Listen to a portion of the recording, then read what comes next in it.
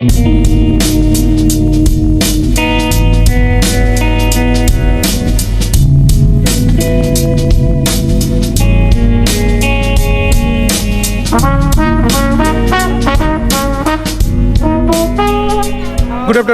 Afternoon from ছাতিয়ার মঠ। আগের ভিডিওতে তোমরা দেখেছিলে আমরা ছাতিয়ার মঠে এসে পৌঁছেছি, আর এখানকার মন্দিরটা এক্সপ্লোর করে তোমাদের সঙ্গে শেয়ার করেছি ডিটেলস, কখন কি ব্যাপার কীভাবে আসছি। আর এখানে চলছে আমাদের এখনও খাওয়া দাওয়ার প্রস্তুতি। তো এখনও মেনু আমি জানি না কি হচ্ছে, আর এখনও হয়তো আধা ঘন্টা টাইম লাগবে। অলরেডি 1:30 বেজে গেছে, দেখি কতক্ষণে খাওয়া দাওয়া রেডি হয়। আর এখান থেকে খাওয়া দাওয়া করে আমাদের এখানে একটা ডিসকাশনও আছে যে নেক্সট স্পট কোথায় হবে আর কি। ভুবনেশ্বরে হতে পারে, লিঙ্গরাজের মন্দিরের ওখানে, আবার পুরীতেও হতে পারে। সেটা ডিসকাশনের মাধ্যমে জানবো, আর তোমাদেরকেও সেটা জানাবো যে ফাইনাল ডেস্টিনেশন মানে আজকে নেক্সট ট্রিপের জন্য ফাইনাল ডেস্টিনেশন কোথায় হচ্ছে, ভুবনেশ্বর না পুরী। তো যাই হোক, যেটাই হবে সেটাই তোমাদের সঙ্গে শেয়ার করবো। তাহলে আর কথা বাড়াচ্ছি না, খাওয়া দাওয়া করে নিই, তারপরে তোমাদের সঙ্গে কথা বলছি আবার। So good evening from Bhubaneswar. এখন আমরা আছি ভুবনেশ্বরের বাস স্ট্যান্ডে। এখান থেকে আমরা যাচ্ছি ভুবনেশ্বরের লিঙ্গরাজের মন্দির দেখতে। যাই, ওখানে তো ভিতরে ক্যামেরা, মোবাইল, জুতো, চামড়ার বেল্ট কিছুই অ্যালাউড নেই, বাইরে রাখবো। মা নাই বাবা কেউ একজন থাকবে, ভিতরে গিয়ে দর্শন করে আসবো, তারপর আমি দাঁড়াবো, তার আগে দর্শন করে আসবো, এইভাবে যাবো। এই যে তোমাদের দেখায়, এই হচ্ছে লিঙ্গরাজের মন্দির। সো বন্ধুরা, ফাইনালি আমরা লিঙ্গরাজের মন্দির ঘুরে চলে এসেছি। কিন্তু বিগত আমি 13 সালে গেছিলাম, আজ 10 বছর পরে গেলাম। পুরো জায়গাটা অন্যরকম হয়ে গেছে, মানে কি বলবো, পুরো একদম চুমু। মানে আগে ছিল শ্রাবণ মাসের সময় এসেছিলাম, বেলপাতা আর জবা ফুলের গন্ধে এত বাজে অবস্থা হয়ে গেছিলো, মানে এখানে থাকাই খুব সেদ্ধ অন্যরকম হতো। তারপরে এখানে যা স্লিপের ব্যবস্থা ছিল, প্রচণ্ড পরিমাণে স্লিপ হতো। বাট এখন যা দেখলাম অসাধারণ। এটা আমরা যদি জানতাম তাহলে অবশ্যই আমি আউটসিনগুলো দেখানোর জন্য তোমাদেরকে নিয়ে যেতাম। আমি ভেবেছি মনে হয় একই আছে, সেই হিসাবেই গেছিলাম। গিয়ে এখন দেখলাম এমনি, তাছাড়া নাইট হয়ে গেছে অলরেডি। এখানে এসে তাই লাইটের মাঝখানে এসে আমি ভিডিও বানাচ্ছি, কেননা নাই তো ভালো কোয়ালিটি দেখাতে পারবো না, আর ওখানে তো লাইটের কোনো ব্যাপারই নেই, আর ওখানে ভালো কোয়ালিটিও দেখাতে পারবো না। এই জন্য আর তোমাদের সঙ্গে শেয়ার করতে পারলাম না। অন্য কোনো সময় যদি আসি, সিঙ্গেল বাই রোড বা কোনোভাবে আসি, তখন অবশ্যই লিঙ্গরাজের মন্দিরটা তোমাদেরকে দেখাবো। সো আমাদের গাড়িতে একটা হালকা সমস্যার সৃষ্টি হয়েছে, ওটা কমপ্লিট হোক, তারপরে তোমাদের সঙ্গে আর বাদবাকি কথা বলছি। সো বন্ধুরা, আমার জন্য মনে হচ্ছে আলোটাও বাড়িয়ে দিল। সো বন্ধুরা, খাবার দাবার চলে এসছে, খাবার দিয়ে ব্যবস্থা। এই হচ্ছে ডাল, ব্যাট পাপড় ভাজা দিয়েছে, আলুর তরকারি দিয়েছে, বাবারও একই জিনিস, আর এর সঙ্গে সোয়াবিনও আছে। এই দিয়ে আমার রাস্তায় ডিনার চলছে। ডিনারটা হয়ে যাক, তারপর তোমাদের সঙ্গে আমার কথা বলছি। এখান থেকে বাস ছাড়বে, আজকে হয়তো চিল্কার দিকে যাবে, সেই হিসাবে। Good morning from Chilika. সবে সকাল সকাল ঘুম থেকে উঠেছি, হাতে ব্রাশ নিয়ে চলে এসেছি। স্নান এমনি ফ্রেশ আপ হয়ে গেছে অলরেডি। এখন ব্রাশ ট্রাশ করবো, করে এখন আজকের সকালের টিফিন হচ্ছে লুচি আলুর তরকারি, সেটা খাবো। খেয়ে এখান থেকে যাবো চিল্কা হ্রদে, ওখানে বোট ভাড়া করে আমরা যাবো ঘুরতে। বিশেষ করে ভিতরের দিকে ডলফিন যদি দেখা যায়, আর সেগুলো তো তোমাদের সঙ্গে অবশ্যই শেয়ার করবো। সো এখন ব্রাশ ট্রাশ করে নিই, করে তোমাদের সঙ্গে আবার কথা বলছি। সো সব আমাদের খাওয়া দাওয়া ব্রেকফাস্ট কমপ্লিট হয়ে গেছে। এখন আমরা যাচ্ছি চিল্কা হ্রদে, ওখানে লঞ্চ আছে। লঞ্চে করে, লঞ্চ মানে বড় সাইজের কোনো নৌকা হবে, সেই লঞ্চে করে আমরা যাব সমুদ্রের মাঝখানে। আর সেখান থেকে দেখা যাক কিছু দেখতে পাই কিনা, তোমাদের সঙ্গে সেটা শেয়ার করবো।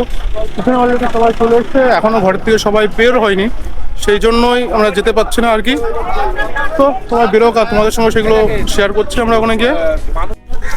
সো এই খাবার, ডলফিনের খাবারের জন্য এই খাবারগুলো নিয়েছি। ওখানে গিয়ে না তো ডলফিন হয়তো শো করবে না, সবার ভাগ্যে ডলফিনের জোটেও না, ডলফিনটা অরিজিনালি দেখাও যাবে কিনা সেটাও বলতে পারছি না। সো যাই, ওখানে কি হয় না হয় সেটা তোমাদের সঙ্গে শেয়ার করবোই। সো বন্ধুরা, আমাদের টিম চলে এসছে অলরেডি। এটা হচ্ছে এতে করে যাবো। চলো উপরে উঠে যাই, আর উপরে উঠে গিয়ে লাইফ জ্যাকেটও পরবো। লাইফ জ্যাকেট পরে তারপরে কথা বলছি। সো আমাদের সবার জ্যাকেট ভিতরে দেখা যাচ্ছে না, পাশে ঠাম্মা দাদু। দেখি কখন স্টার্ট করে। ও নৌকা এখান থেকে বের করছে।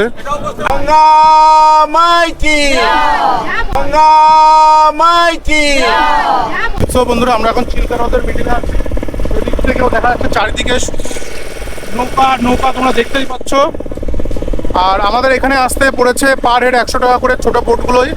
একটা বোটে মিনিমাম 15 জন, ম্যাক্সিমাম 15 জন আসা যাবে। আর তোমরা চাইলে একা একটা বোট ভাড়া করেও আসতে পারো, সেটা তাদের সঙ্গে তখন ডিটেলসটা শেয়ার করে নেবে বা কন্ট্যাক্ট করে নেবে। এছাড়া সরকারি অনেক বোট আছে, যদি কোনো বড় গ্রুপ আছে তাদের জন্য 30-35 জন পর্যন্ত ক্যাপাসিটি আছে সেই সব বোটগুলোই, তারা সেইভাবেও আসতে পারে। আর সেইগুলো অন্য আগে থাকতে বুক করতে হবে, না হলে তোমরা দিনের দিন এসে সেই বোটগুলো পাবে না। আর এই বোটগুলো যে ছোটোখাটো যেসব বোটগুলো আছে সেগুলো সবসময়ই পাবে অ্যাভেলেবেল, একটা না একটা ফাঁকা পেয়ে যাবে। সো চারিদিকের দৃশ্যটা দেখো, যেদিকে চোখ যায় সেদিকেই পুরো সমুদ্র আর সমুদ্র। তো এখানেও যেরকম একটা বোটে রয়েছে 5-6 জন মিলে এসছে, একটা পাহাড়, মানে এখানে ঘর বাড়ি পর্যন্ত আছে, হালকা টিলাও হয়ে গেছে আর চারিদিকে বোল্ডার মোল্ডার পড়েও আছে। এটা হচ্ছে আমাদের এটিএম ক্লাব।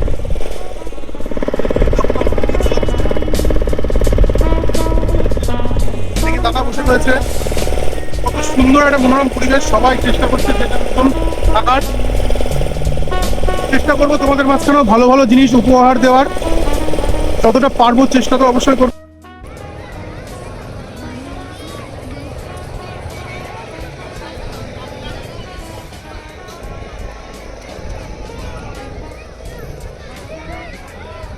তো বন্ধুরা, আমাদের এখান থেকে লঞ্চ ছেড়ে দিয়েছে অলরেডি, আর এখানেতে কিছু ফটোশ্যুট টুট করলাম সবাই মিলে।